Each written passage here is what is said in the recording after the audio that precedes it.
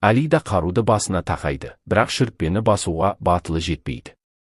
Сол кезде балықшы оның қолынан қаруды алып, өзіне қарай тағы бағыттап оқ атпақ болады, бірақ оқ тағы атылмайды.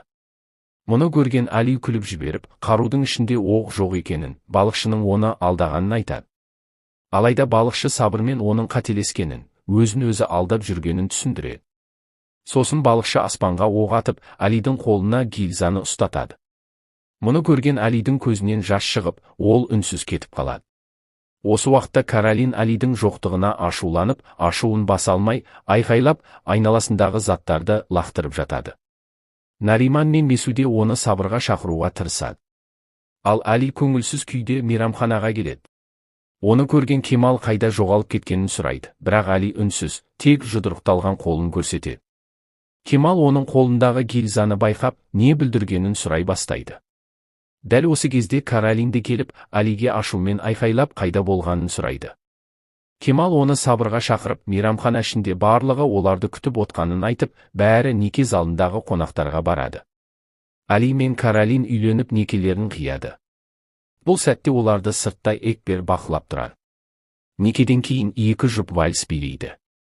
Осы кезде Каролин залдың шетінде тұрған Экберді байқап, көңіл күйі түсіп кетеді. Би біткесін Кемал Алиді жеке шақырып, өзінің қызметті қаруы қайда екенін сұрайды, және Алидің қандай іске араласқанын білгісі келеді. Али бұл сұраққа нақты жауап бермей, Кемалға қарап Жәмилеге бірнеше рет ескерткенін ғана айтады. Сол уақытта Нариман келіп, Алиге қалыңдығының жанында тұру керектігін ескертіп, Кемалмен әңгімелесуді доғаруын сұрайды. Бірақ Кемал Алидің бір нәрсе білдіріп, Жәмилеге зиян тигізгеніне күдіктеніп, дереу оның үйіне қарай бет алады. Осы кезде Экбер Али мен Каролиннің қасына келіп, өзін Каролиннің алыс туысы ретінде таныстырады. Али бұған таңданып, Каролиннен бұған дейін неге айтпағанын сұрайды. Бірақ Каролин үнсіз Экберге ашуланып тұр. Бұл кезде Жәмиле балаларының қасында отырып, бірге ас ішіп отыр. Олар әкелерінің үйленетіні туралы естісе де, мұңайған күйде. Бір кезде Айлин жақсы жаңалықпен бөліседі. Метенің музыкалық конкурста бірінші орын алғанын айтады. Бұл жаңалық бәрін қуантады. Сонымен бірге Мете Инжи мұғалімнің мектепке қайта оралғанын айтады. Сонер Айлинге ғашық болып, қатты толқиды. Ол көп ішіп, қолындағы стаканды лақтырып жібереді. Кейін інісі Мұраттың бөлмесіне барып, оған жақсы жаңалығын жеткізеді. Айлиннің келісім бергенін айтып, енді оған ресми түрде ұсыныс жасай беруді айтады. Мұрат бұл жаңалыққа қатты қуанып, Айлинге әдемі жүзік таңдау керектігін және есте қаларлықтай ерекше мейрамханада ұсыныс жасау керектігін жеткізеді. Кемал той кезінде уайымдап, Жәмиленің үйіне келеді. Жәмилені көргенде жүрегі орнына түсіп, онымен оңаша сөйлеседі. Али оның қаруын алып кеткенін, тек оның қолынан гильзаны алғанын ғана айтады. Кемал уайымдап қарудың жоқтығын Жәмилеге айтады. Бұл жаңалықты естіген Жәмиле уайымдап, Метемен бірге балықшы шалдың үйшігіне барады. Есікті ашқан кезде Жәмиле бірден сабасына түседі. Ол балықшыдан қаруды беруін сұрап, оның Кемалға тиесілі екенін айтады.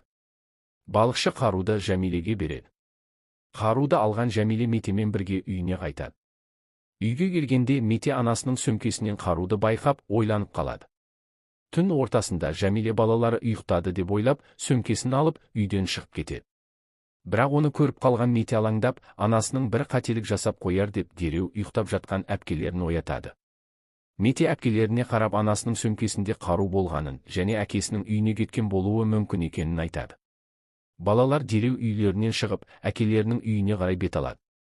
Бұл уақытта Жәмиле алыстан әуен естіп, сол жаққа қарай жүреді. Тойдан қайтқан көпшілікпен өз күйеуі Каролинмен үйленіп, үй маңында билеп, көңілді жүргенін көреді. Бұл көрініс оны мұңайтып, үнсіз қарап тұрады. Дәл сол кезде балалары да әкесінің үй маңына келіп, аналарын іздей бастайды. Алыстан оның мұңды жүзін байқаған Мете әпкелерімен бірге анасының қасына жүгіріп келеді. Мете анасының сөмкесін ашып қараса, ішінде қару болмайды. Мете анасынан қарудың қайда екенін сұрайды. Жәмиле оның Кемалға тиесілі екенін және оны Хасифеге апарып тапсырғанын айтады. Балалары анасының мұңды жүзін көріп оны құшақтап, жұбатады. Осы кезде Жәмиле олардан Османды неге үйде жалғыз қалдырғандарын сұрап, бірге үйлеріне қарай жол тартады.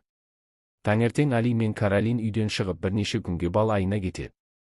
Бұл кезде Жәмиле Османмен бірге жұмысқа кешігіп келеді. Ол балықшыға енді бұл жерде жұмыс істей алмайтынын айтады. Алидің оны өлтіріп қоя жаздағанын айтып, бұдан былай өзінің кесірінен біреудің жапа шеккенін қаламайтынын жеткізеді де кетіп қалады. Жолда келе жатып Кемалды көреді. Кемал оған қаруды үйге әкеліп, анасына тапсырғаны үшін алғысын білдіреді. Сонымен бірге, Жәмилеге жұмыс істемеуін, себебі Али тағы бірдеңе бүлдіріп қоюы мүмкін екенін ескертеді.